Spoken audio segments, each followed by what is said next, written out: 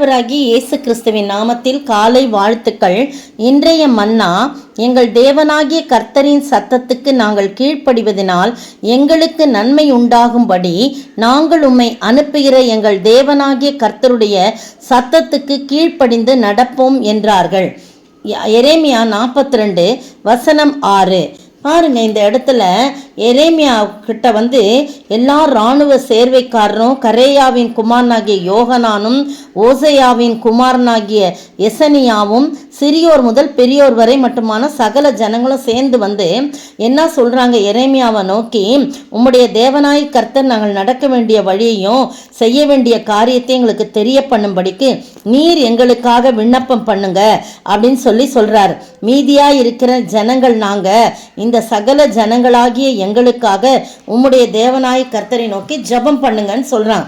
அப்போ எரேமியா சொல்றாரு 4ஆம் வசனத்துல, அவர்களை நோக்கி, நீங்கள் சொன்னதை கேட்டேன், இதோ உங்கள் வார்த்தையின்படியே உங்கள் தேவனாகிய கர்த்தரை நோக்கி நான் ஜெபம் பண்ணுவேன். கர்த்தர் உங்களுக்கு மறு உத்தரவாக சொல்லும் எல்லா வார்த்தைகளையும் நான் உங்களுக்கு ஒன்றையும் மறைக்காமல் அறிவிப்பேன்னு சொல்றாங்க.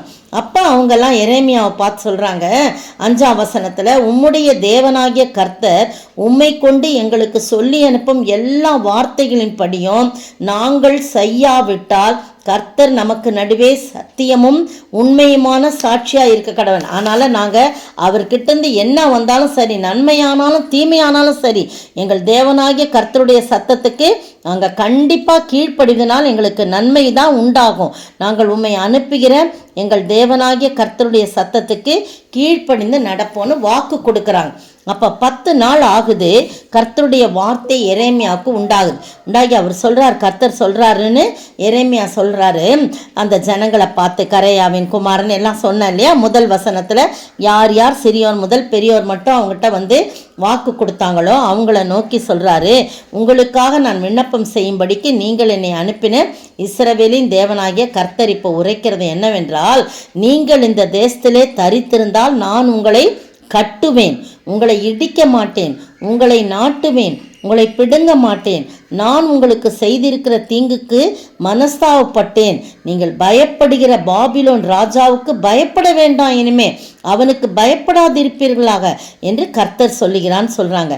உங்களை ரட்சிக்கும்படிக்கு தான் உங்களை நான் அவன் கைக்கு தப்புவிக்கும்படிக்கும் நான் உங்களுடனே கூட இருந்து அவன் உங்களுக்கு இறங்குகிறதற்கும் உங்கள் சுய தேசத்துக்கு உங்களை திரும்பி வர பண்ணுகிறதற்கும் உங்களுக்கு இரக்கம் செய்வேன் அப்படின்னு சொல்றார். பாருங்க, திரும்பவும் 13ஆம் வசனத்துல, நீங்கள் உங்கள் தேவனாய் கர்த்தருக்கு கர்த்தருடைய சத்தத்துக்கு செவி கொடாமல் போனா என்ன நடக்கும்ன்றத அது வேண்டாம். நமக்கு கர்த்தருடைய சத்தத்துக்கு கீழ்ப்படியும் போது அவர் என்ன செய்வாராம், இந்த தேசத்திலே நாட்டுவாராம், இடிக்க மாட்டாராம். அப்படி சொல்றாரு. இடிக்க மாட்டேன், இதுல நாட்டுவேன், உங்களை பிடுங்க மாட்டேன், உங்களுக்கு செய்ய இருந்த தீங்குக்காக நான் மனஸ்தாபப்படுறேன். நீங்க இவ்வளோ தூரம் வாக்கு கொடுத்துருக்கிறீங்களேன்ட்டு ஆண்டவர் மனதுருக்கத்தோட சொல்றத பார்க்குறோம். பாபிலோனுக்கெல்லாம் நீங்க பயப்படாதீங்க, அவனே உங்களை அவன் உங்களுக்கு இறங்குகிறதற்கும் உங்கள் சுயதேசத்துக்கும் உங்களை திரும்பி வர பண்ணுகிறதற்கும் நான் உங்களுக்கு இரக்கம் செய்வேன். நீங்கள் பயப்படாதீங்க, உங்களை ரட்சிக்கும்படிக்கு உங்களை நான் என் கைக்கு தப்புவிக்கும்படிக்கும் அவன் கைக்கு தப்புவிக்கும்படிக்கும் நான் உங்களோடனே கூட இருப்பேன்னு சொல்கிறார். எத்தனை நல்ல ஆண்டவர் பார்த்தீங்களா. நீங்களும் நானும் அவர்கிட்ட திரும்பிட்டோன்னா போதுங்க. எத்தனை வசனங்கள் இருக்கு, எத்தனை சம்பவங்கள் இருக்கு. அவர்கிட்ட திரும்பிட்டா போதும். அவருக்கு வாக்கு கொடுத்த இனிமேல் நாங்கள் செய்ய மாட்டோம்ன்றவரே, நீங்கள் உங்கள் கையிலேருந்து உங்கள் வாயிலிருந்து நன்மையானாலும் தீமையானாலும் எது வந்தாலும் பரவாயில்லப்பா, நாங்கள் அப்படியே உங்கள்கிட்ட சரண்டர் ஆயிடுறோம் அப்படின்னு சொன்னோன்னா 10 நாள் வெயிட் பண்ணுறார். அந்த ஜனங்களை பார்க்குறார். பார்த்துட்டு தான் இந்த காரியத்தை சொல்றார். இனிமே நீங்களும் நானும் கூட ஆண்டவருடைய சத்தத்துக்கு கீழ்ப்படிந்து அவருடைய வாக்கு தத்தத்தின் நடக்கும்போது நம்மை அவர் சோதித்து அறிந்து நம்மை இந்த தேசத்திலே நாட்டுவார், இடிக்க மாட்டார், பிடுங்க மாட்டார், அப்படிப்பட்ட கட்டுவார். பாருங்க, எவ்வளவு நல்ல ஆண்டவர். கட்டுவார், அது மட்டும் இல்லை, நாட்டுவார். அவர் பிடுங்க மாட்டார், இடிக்க மாட்டார். நம்மளை அவரோடு கூட இணைத்து கொள்ள ஆண்டவர் தாமே அப்படி கிருபை செய்யும்படியாக அவருடைய சமூகத்திலே நாம் கீழ்ப்படிந்து நடக்க, அவருடைய சத்தத்துக்கு செவி கொடுக்க ஆண்டவர் தாமே கிருபை செய்வாராக. ஆமென். நன்மையான ஈவுகளை தேவாதி தேவன் தந்தார், கீழ்ப்படிந்து அவர் சத்தம் கேட்டு சாட்சியாய் ஜீவிப்பாயா?